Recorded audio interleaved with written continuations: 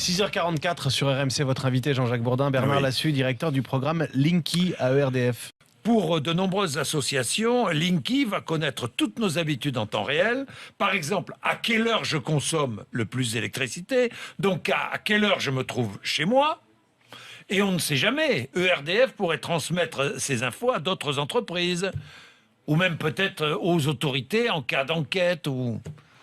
Attendez, c'est un compteur qui mesure des courants électriques et qui ne sait pas reconnaître l'électron qui vient de la machine à laver, de la télévision, de votre fer à repasser ou autre. Il y a quelque chose qui me chiffonne.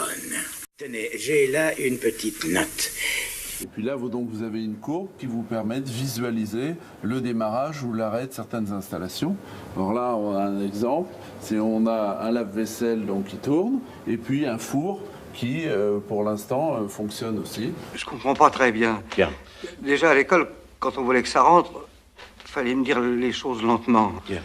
Ça va rentrer, soyez tranquille et profond. Bidjoli permet de connaître la consommation exacte de chaque appareil de son foyer. Lave-linge, ballon d'eau chaude, réfrigérateur. L'outil s'appuie sur une technologie qui analyse les interférences électromagnétiques produites par les appareils électriques. L'utilisateur peut alors visualiser la consommation d'énergie de chaque appareil sur son smartphone et son ordinateur. Ce n'est qu'un compteur. Oui. Et donc, nous, on n'a aucun intérêt à aller surveiller la vie des uns et des autres. Les groupes énergétiques ne sont pas les seuls à être intéressés par ces précieuses données. Les fabricants de produits électroniques et les géants d'Internet, comme Google et Apple, sont eux aussi de la partie. Qu'est-ce que l'électroménager peut bien révéler sur ses utilisateurs? L'informaticien Ulrich Greveler s'est spécialisé dans l'analyse des données sur la consommation d'énergie. Les appareils récents, qui communiquent les données en temps réel, sont une source d'informations à forte valeur ajoutée.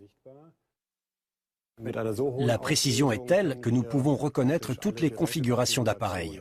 À partir de la variation de consommation que génère la luminosité d'un téléviseur, par exemple, nous pouvons même identifier quel film visionne le téléspectateur.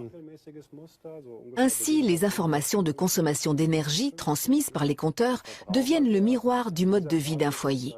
De quoi intéresser les groupes énergétiques, mais également les entreprises commerciales, les commissions d'enquête et les cambrioleurs. Ce n'est qu'un compteur. Nous pouvons même identifier quel film visionne le téléspectateur. Voyons la convention entre ERDF et l'ADEME. Page 6. Le programme Linky a pour ambition de créer un standard mondial de l'industrie de comptage évolué.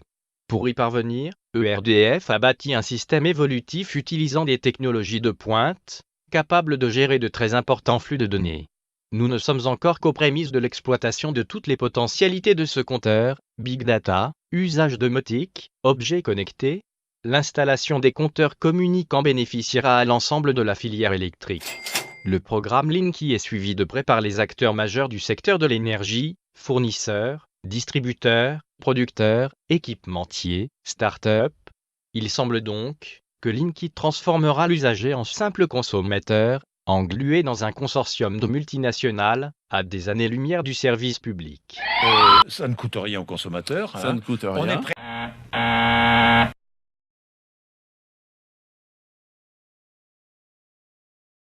Mais pourquoi donc est-ce que l'Allemagne a abandonné les compteurs communicants pour les particuliers? On nous dit que ces compteurs sont indispensables pour intégrer les énergies renouvelables dans le circuit électrique national. Or, l'Allemagne, qui fait 100 fois plus d'énergie renouvelable que la France, a renoncé à la généralisation de ces compteurs. Il y en aura très peu, uniquement pour les très gros consommateurs. Pourquoi ils ont renoncé? Ils ont renoncé parce que c'est totalement inutile, c'est un coût absolument extraordinaire pour des vertus inexistantes. On va pouvoir faire des économies. Il y a des études qui montrent qu'on peut aller jusqu'à 25% de gains vis-à-vis de ce compteur. En gros, le compteur communicant, il va envoyer nos informations de consommation électrique automatiquement au distributeur, qui lui les transmettra à notre fournisseur d'énergie, afin d'établir notre facture. Et à l'inverse, le distributeur, il pourra intervenir à distance sur notre compteur pour certaines opérations. Couper le courant, changer la puissance, sans avoir à se déplacer. C'est sûr, c'est plus confortable, surtout pour ERDF, qui n'aura plus à envoyer des techniciens pour les tournées de relève. Je ne vois pas en quoi, en fait, ça va me permettre de réduire ma consommation. Imaginons que vous pouvez suivre votre consommation journalière avec un pas de 10 minutes ou une demi-heure. Vous avez des points comme ça. Vous allez pouvoir peut-être vous rendre compte que la nuit, vous laissez des appareils en veille et que ces appareils en veille, eh bien, grosso modo, représentent peut-être 5, 10, voire plus de votre consommation. Mais ça, on le sait que c'est pas bien de laisser les appareils en veille la nuit. La position de l'UFC que choisir, c'est de dire que devoir aller sur Internet, déjà tout le monde, pour des raisons techniques ou financières, n'ont pas accès à Internet. On voit bien, il y a des études qui montrent que certaines catégories de population ne maîtrisent pas cet outil ou très très mal, donc c'est une première difficulté. Oui, car pour Nicolas, le compteur Linky, il a un défaut. Il n'affiche ni la consommation en instantané, ni son équivalent en euros dans la maison. Et ça, il trouve ça ballot. Côté fournisseur, pour l'instant, il n'y a pas foule concernant les nouvelles offres. Seulement 2 ont sorti des abonnements réservés aux clients qui possèdent un compteur Linky. Alors des offres innovantes avec des économies à la clé? Bah faut voir. Est-ce que pour l'instant, ces offres, elles sont moins chères? Alors, tout dépend, j'ai envie de dire, de votre type, de votre profil de consommation. Il faut bien voir que pour l'essentiel de ces offres-là, enfin du moins là, pour l'instant il n'y en a que 2, les prix de l'électricité sont comparables à celles aux offres classiques. Par contre, ce qu'on voit, c'est que par exemple, les abonnements sont plus élevés. Un abonnement plus cher alors qu'on est censé faire des économies, ça part mal, non?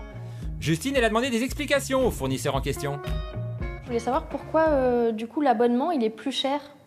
Donc, une fois que vous allez recevoir le courrier explicatif, on va vous donner toutes les explications. Ouais, mais je voulais juste savoir pourquoi l'abonnement était plus cher. Ouais, on a bien compris que Justine allait recevoir un courrier, mais pas pourquoi l'abonnement serait plus cher. Alors elle a appelé un deuxième fournisseur d'énergie qui lui a donné un début d'explication. Nous gérons les offres, mais il y a une part de tarification qui concerne le RDF. Nous ne sommes pas en mesure de pouvoir justifier ce prix-là. D'accord, donc le fait que l'abonnement soit plus cher, il y a une partie qui est un frais de ERDF, c'est ça? C'est ça. Vous savez, quand on a un abonnement, vous avez des frais d'abonnement, justement, oui. Pour le compteur. Oui. Hein, c'est plus ou moins un abonnement pour la location du compteur. Alors, certains fournisseurs proposent d'autres produits à côté de cette offre, notamment par exemple des capteurs de mouvement ou des extincteurs qui n'ont pas vraiment quelque chose à voir avec l'électricité, mais bon, et donc là, quelque part, ils justifient cette augmentation aussi, par exemple, par un coaching personnalisé, dont on ne sait pas trop ce qu'il y a derrière, qui justifierait finalement cette hausse d'abonnement. D'autres acteurs ne proposent pas de services supplémentaires et augmentent l'abonnement.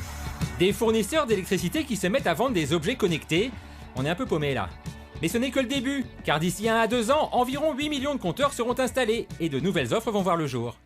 Chacun d'entre nous va y passer. Hein. Et voilà.